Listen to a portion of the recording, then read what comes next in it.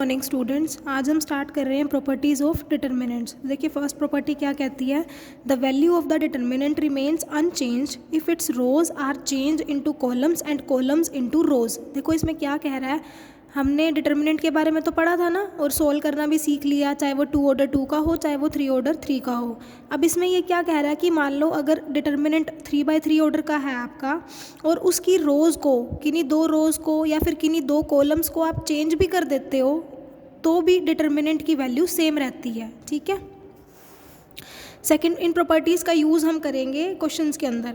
अब property number 2 में क्या कह रहे हैं, इफ़ 2 रोज और columns of a determinant are interchange the sign of the determinant is changed. अगर आप किन्हीं 2 रोज को और कॉलम्स को इंटरचेंज कर रहे हो आपस में, तो जो साइन होंगे डिटर्मिनेंट के वो चेंज हो जाएंगे। देखो जैसे इसके अंदर जो ए डिटर्मिनेंट है इनका वो इस तरह का है, लेकिन बी डिटर्मिनेंट में इन्होंने क्या किया, जो रोज़ हैं R2 को R1 की जगह रख दिया, R1 को R2 की जगह, दोनों रोज़ को इंटरचेंज कर दिया ना, तो इसलिए जो बी डिटर्मिनेंट है वो नेगेटिव का आंसर आएगा उसका, मतलब उसका साइन चेंज हो जाएगा। अगर ए डिटर्मिनेंट हमारा पॉजिटिव आ रहा है तो बी डिटर्मिनेंट हमारा क्या हो जाएगा, नेगेटिव हो जाएगा। नेक्स्ट है property number 3, if any 2 rows और columns are identical then the value of the determinant is 0। ये प्रॉपर्टी हम काफ़ी जगह यूज़ करेंगे कि अगर कोई भी 2 रोज या 2 कॉलम्स हमारे सेम हो जाएं, आइडेंटिकल हो जाएं, तो जो वैल्यू होगी डिटर्मिनेंट की वो क्या होगी, 0। नेक्स्ट प्रॉपर्टी है, if each element in a row और column of determinant is multiplied by the same factor then the determinant is multiplied by the same factor. देखिए जैसे इन्होंने ए डिटर्मिनेंट यहाँ पे कंसीडर किया हुआ है, ए डिटर्मिनेंट की जब इन्होंने एक्सपेंड करा तो इसकी वैल्यू ये आ गई, फिर इन्होंने एक डिटर्मिनेंट और लिया। अब ये डिटर्मिनेंट हमें कैसे मिला, जैसा कि इन्होंने कहा था कि किसी फैक्टर से हमने मल्टीप्लाई कर दिया, या तो किसी रो को या कॉलम को। यहाँ हमने जो फैक्टर लिया वो के लिया, मैंने के को ना मल्टीप्लाई कर दिया फर्स्ट रो से। देखो पहले फर्स्ट रो थी A1 B1 C1, अब हो गई के A1 के B1 के C1।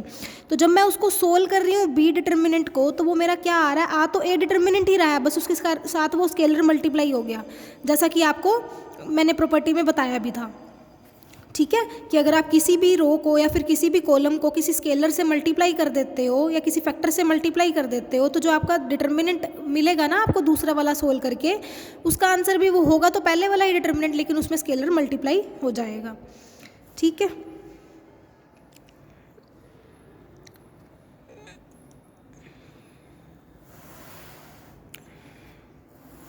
देखो अब एक प्रॉपर्टी है, the value of the determinant is unaltered if to each element of any row be added some multiples के of the corresponding element of any other row. देखो इसमें क्या कह रहे हैं, हमने ए डिटर्मिनेंट कंसीडर कर लिया 3/3 ऑर्डर का, फिर इन्होंने क्या किया, किसी भी कॉलम को क्या किया, इन्होंने B1 रो को किसी भी स्केलर के से मल्टीप्लाई करके A1 रो में ऐड कर दिया। ये देखो ऐसे किया इन्होंने, A1 + KB1, मतलब पहले आपने क्या किया, KB1 KB2 KB3, मतलब रो 2 को K से मल्टीप्लाई कर दिया, उसके बाद रो 1 में ऐड कर दिया, तो ये मेरा बन गया A1 + KB1 A2 + KB2 A3 + KB3, और बाकी की 2 रो एज इट इज़ रहेंगी। तो इसमें क्या होगा, जो ये डिटर्मिनेंट डेल्टा डैश होगा ना वो भी सेम ही रहेगा, चेंज नहीं होगा, वो डेल्टा के इक्वल ही आएगा। आप क्या करो, चाहे आप किसी भी डिटर्मिनेंट को किसी फैक्टर से मल्टीप्लाई करके किन्हीं 2 रोज़ को आपस में चाहे ऐड कर दो, चाहे सब ऐड कर दो, चाहे कॉलम्स को ऐड कर दो, उससे डिटर्मिनेंट पे कोई असर नहीं पड़ेगा, वो जो हमारा नया डिटर्मिनेंट है वो पुराने वाले के इक्वल ही होगा। ठीक है, ये तो कुछ प्रॉपर्टीज़ थी जिनका हम क्वेश्चन में यूज़ करेंगे। अब आगे हमारे पास ऑपरेशंस आ जाते हैं, एलिमेंट्री ऑपरेशंस, इनका भी हम इन्हीं एक्सरसाइज 6.2 में काफ़ी क्वेश्चंस में इन ऑपरेशंस का यूज़ करेंगे। देखो इसमें क्या ऑपरेशंस हैं, सबसे पहला तो है इंटरचेंजिंग ऑफ एनी 2 रोज़। आप किन्हीं भी 2 रोज़ को इंटरचेंज कर सकते हो, जैसे मान लो हमारे पास ये मैट्रिक्स है A1, जब मैं इसका डिटर्मिनेंट निकालूंगी A1 मैट्रिक्स का, तो वो मेरा क्या हो जाएगा, A1 B1 C1 A2 B2 C2 A3 B3 C3। ठीक है, ये आ जाएगा ना मेरा डिटर्मिनेंट। तो ये कह रहे हैं कि ऑपरेशन कैसे लगेगा इस पर, देखो ये R1 रो है, ये R2 रो है मेरी, तो कोई 2 रोज़ मैं इंटरचेंज कर सकती हूँ, तो मैं ऑपरेशन कैसे लगाऊंगी, मान लो मेरे को पहली रो इंटरचेंज करनी है, तो मैं पहली रो पे ऑपरेशन लगाऊंगी, R1 को ऑपरेशन लगाऊंगी कि वो आपस में क्या हो जाए, इंटरचेंज हो जाए, वो ऐसे शो करेंगे हम। हमारे मेरे को R1 R2 को इंटरचेंज करना है तो मैं बीच में ऐसे साइन लगाऊंगी। अगर मान लो मेरे को R2 और R3 को इंटरचेंज करना है तो मैं ऐसे लगा दूंगी, R2 इंटरचेंजिंग टू R3। ठीक है, अब देखो नेक्स्ट है multiplication of elements by any row by a non zero scalar. आप क्या कर सकते हो, किसी भी रो को किसी नॉन स्केलर से मल्टीप्लाई भी कर सकते हो। जैसे मान लो यही थी हमारी R1 रो और मेरे को इस पे ऑपरेशन लगाना है, मेरे को किसी स्केलर से इसको मल्टीप्लाई करना है, तो मैं R1 पे ऑपरेशन लगाना चाहती हूँ क्या, कि मैं R1 को किसी स्केलर नॉन जीरो स्केलर से मल्टीप्लाई करके लिख रही हूँ, तो ये मेरी नई ट्रांसफॉर्मेशन होगी। ठीक है। थर्ड है addition of non zero scalars multiple of the elements of any row to the corresponding elements of any other row. इसमें ये कह रहे हैं कि आप क्या कर सकते हो, जैसे हम वो प्रॉपर्टी भी पढ़ी थी हमने, वैसा ही कुछ ये ऑपरेशन है कि मान लो किसी R1 और R2 दो रोज है हमारी, मान लो I की वैल्यू 1 है और J की वैल्यू 2, तो आप क्या करोगे, दूसरी रो को किसी नॉन जीरो स्केलर से मल्टीप्लाई करोगे और पहली रो में ऐड कर दोगे। बस यहाँ ये याद रखना है कि जिस भी रो पे ऑपरेशन लगाओगे पहले वही रो लिखी जाएगी, यहाँ पे भी और यहाँ पे भी। ठीक, उसके बाद जो भी आप कर रहे हो। सिमिलरली जैसे आपने कॉलम्स रोज को इंटरचेंज किया था, वैसे आप कॉलम्स को भी इंटरचेंज कर सकते हो। जैसे आपने रो में किसी को मल्टीप्लाई करके स्केलर को लिखा था, वैसे ही आप किसी कॉलम में भी आप क्या कर सकते हो, किसी कॉलम को नॉन जीरो स्केलर से मल्टीप्लाई करके आप उसको लिख सकते हो। ठीक है। एक और कॉलम का ऑपरेशन होता है जैसे रो का था। सिमिलरली कॉलम के ऑपरेशन होते हैं कि C1 और C2 मान लो दो कॉलम्स हैं हमारे, तो आपने क्या करा, C2 को किसी नॉन जीरो स्केलर से मल्टीप्लाई करके C1 में ऐड कर दिया, तो वो ऑपरेशन जो C1 पे लगा है, जो पहले लिखा होगा ऑपरेशन उस रो कॉलम पे लग रहा है या उस रो पे लग रहा होता है। ठीक है। अब देखो कुछ क्वेश्चंस हैं, उनकी हेल्प से आपको और ज़्यादा ये प्रॉपर्टीज़ क्लियर होंगी। The value of the determinant of a matrix A of order 3/3 is 4। देखो इसमें क्या कह रखा है, एक मैट्रिक्स आपके पास 3/3 ऑर्डर की, उसकी जो डिटर्मिनेंट की वैल्यू है वो 4 दी हुई है, आपको फाइंड आउट करनी है 5a के डिटर्मिनेंट की वैल्यू। ठीक है। तो हमारे पास एक प्रॉपर्टी होती है, इसे ध्यान रखना कि अगर k कोई नॉन जीरो स्केलर है तो ka का मोड जो होता है वो k raise to the power n into a के इक्वल होता है। और यहाँ पर जो हमारे पास n है वो हमारा है, n जो है हमारा मैट्रिक्स का ऑर्डर कहलाता है। ठीक है। तो अब देखो यहाँ पे जो मैट्रिक्स है वो 3/3 ऑर्डर की है, तो इसका मतलब यहाँ n की वैल्यू कितनी होगी, 3।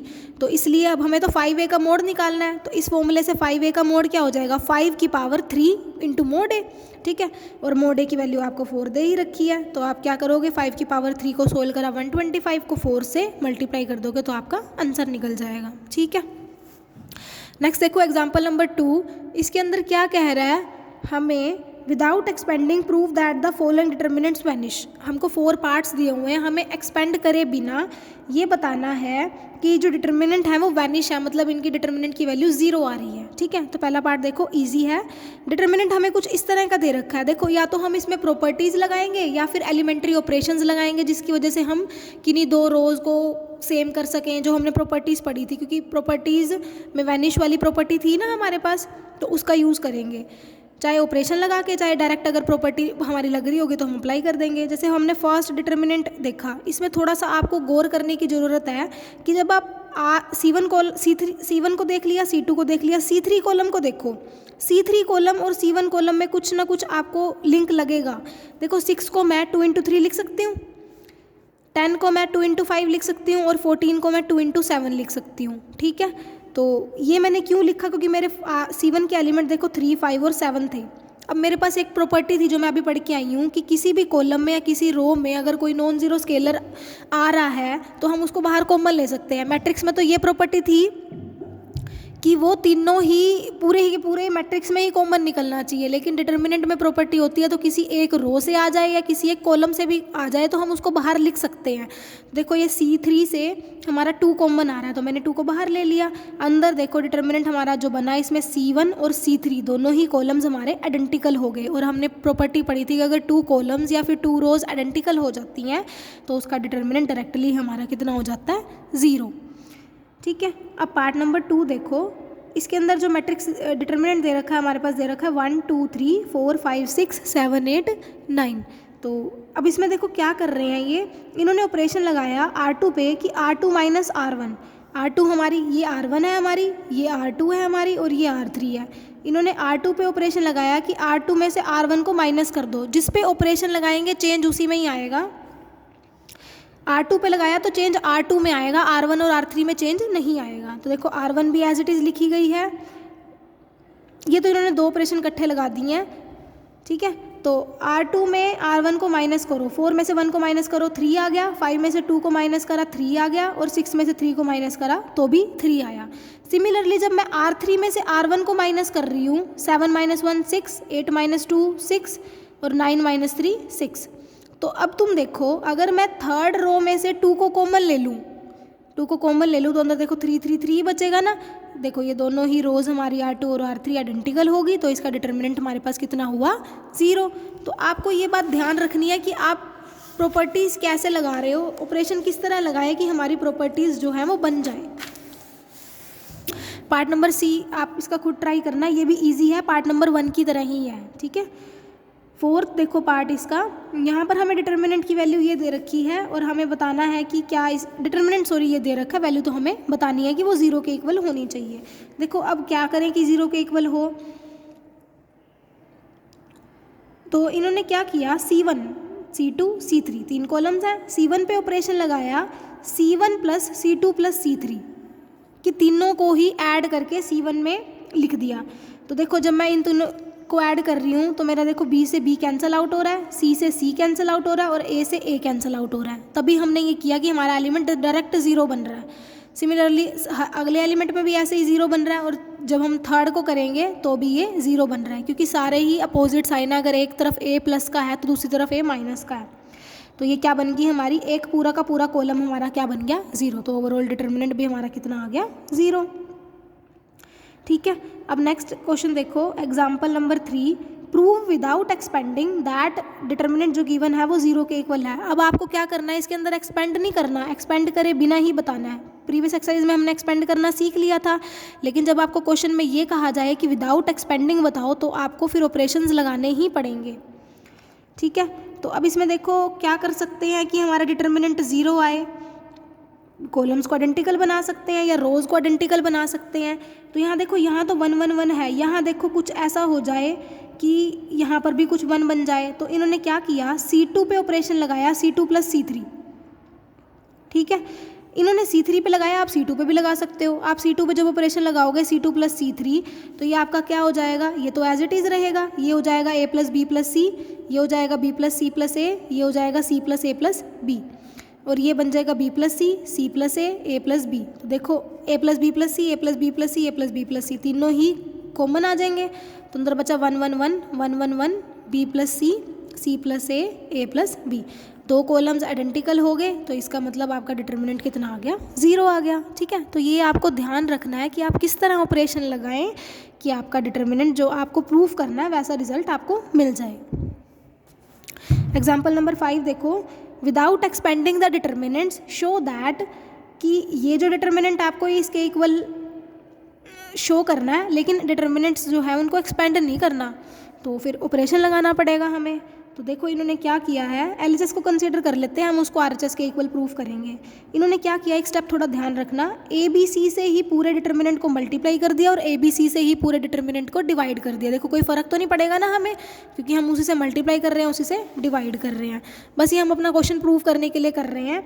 अब जिस ABC से इन्होंने मल्टीप्लाई करा था उसको अंदर ले गए, ठीक है। तो अंदर लेके गए तो हमारे पास ये डिटर्मिनेंट तैयार हो गया।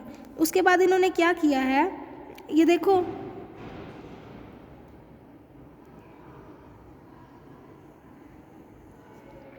फर्स्ट रो में से हमारे पास ABC कॉमन आ रहा है ना। यहाँ तक थे ना हम इस स्टेप पे, ये देखो यहाँ तक तो आपको समझ आ गया होगा कि गिवन डिटर्मिनेंट को ABC से ही मल्टीप्लाई किया है और ABC से ही डिवाइड किया है। उसके बाद इन्होंने पता क्या किया है,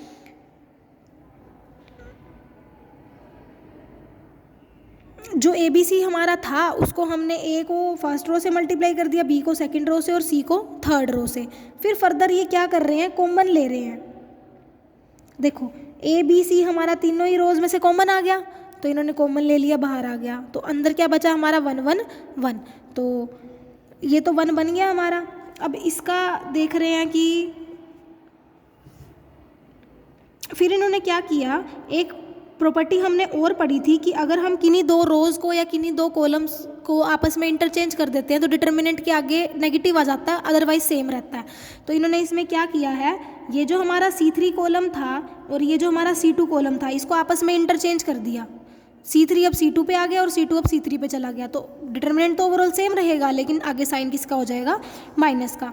एक बार और इंटरचेंजिंग करी कि जो ये वाला था C2 कॉलम, इसको C1 कॉलम से इंटरचेंज कर दिया, तो देखो C2 आगे आ गया और C1 पीछे चला गया, तो एक नेगेटिव पहले ही था, एक इंटरचेंज करने पे नेगेटिव और आया, और माइनस माइनस हमारे पास कितना होता है, प्लस। तो ये ऐसे हमारे पास RHS आ गई हमारी, ठीक है। तो थोड़ा सा आपको ये चीज़ ध्यान रखनी पड़ेगी कि आप क्या ऐसा ऑपरेशन लगाएं कि आपका जो प्रूफ करना है रिजल्ट वो प्रूफ हो जाए।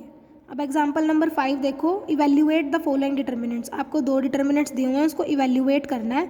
दोनों ही पार्ट एकदम सिमिलर है। फर्स्ट पार्ट देखिए, फर्स्ट डिटर्मिनेंट हमें दे रखा है, हमने इसको डेल्टा के इक्वल लेट कर लिया, ठीक है। हमें इसको बस सोल्व करना है, ऑपरेशन लगा रखा है इन्होंने। कैसे, देखो इन्होंने R2 पे ऑपरेशन लगाया, R2 माइनस R1। R2 हमारी ये है, R2 में से R1 को माइनस करो, तो जब मैं 1 में से 1 को माइनस कर रही हूँ मेरा 0 आ रहा है। मैंने आपको बताया था जिस पे ऑपरेशन लग रहा है चेंज सिर्फ उसी रो में आएगा, फर्स्ट और थर्ड रो सेम रहेगी, ठीक है। तो 1 माइनस 1 मेरा कितना हो गया, 0। सिमिलरली y में से x माइनस करा तो y माइनस एक्स, और zx में से yz माइनस करा तो zx माइनस yz आ गया। सिमिलरली एक और ऑपरेशन लगाया, R3 में से R1 माइनस किया, तो 1 में से 1 माइनस करा 0, z में से x माइनस करा z माइनस एक्स आ गया, और xy में से yz माइनस करा तो xy माइनस yz आ गया हमारे पास, ठीक है। उसके बाद देखो ये क्या कर रहे हैं, बस अपना सोल्व करना है आपने जो भी आपको दिख रहा है। अब देखो मेरे को यहाँ पे ये चीज़ दिख रही है कि मेरा z जो है वो दोनों ही टर्म्स में से कॉमन आ रहा है, तो इन्होंने z को कॉमन ले लिया। सिमिलरली यहाँ पर y जो है वो कॉमन आ रहा है, तो y इन्होंने यहाँ पर कॉमन ले लिया, माइनस y कॉमन लिया, क्योंकि जो डिटर्मिनेंट है वो यहाँ पर देखो, यहाँ y माइनस एक्स बन रहा था, यहाँ भी इन्होंने सोचा कि बन तो y माइनस एक्स रहा है z कॉमन लेने से, तो इसलिए इन्होंने माइनस का z कॉमन लिया ताकि अंदर y माइनस एक्स बच जाए। सिमिलरली यहाँ z माइनस एक्स था, जब मैं इन दोनों में से y कॉमन ले रही हूँ तो x माइनस z बन रहा है, इसलिए इन्होंने माइनस y कॉमन ले लिया, ठीक है, इसलिए इन्होंने माइनस y कॉमन ले लिया। उसके बाद देखो सेकेंड रो में से और थर्ड रो में से हमारा y माइनस एक्स और z माइनस एक्स कॉमन निकल रहा है, तो इन्होंने कॉमन ले लिया R2 और R3 में से y माइनस एक्स और z माइनस एक्स। तो देखो अंदर डिटर्मिनेंट क्या बच गया, y minus x into z minus x, और 1 0 0 x, यहाँ से तो कॉमन ले लिया 1 बच गया, यहाँ से भी कॉमन लिया 1 बच गया, और यहाँ पे y z रहता था, यहाँ से ये तो कॉमन ले लिया माइनस z बचा और माइनस y बचा। उसके बाद इन्होंने क्या किया, डिटर्मिनेंट हमारा थोड़ा इजी हो गया तो इसको एक्सपेंड कर लिया। आप एक्सपेंड कर सकते हो, फर्स्ट रो के अलोंग एक्सपेंड करना पड़ेगा, तो एक्सपेंड करने पे यहाँ पे कितना बच गया, माइनस के y प्लस के z, ये रहा माइनस के y प्लस के z, क्योंकि बाकी तो दोनों ही एलिमेंट हमारे 0 हैं। अगर C1 के अलोंग भी एक्सपेंड करते हो सिर्फ 1 1 के अलोंग ही होगा, 0 0 तो आगे 0 ही बन जाएंगे, तो एक ही फैक्टर आएगा हमारे पास, और ये हमने प्रूव कर दिया, ठीक है। पार्ट नंबर 2 जो है इसका एग्जैक्टली सिमिलर है, आप लोग एक बार ट्राई करना।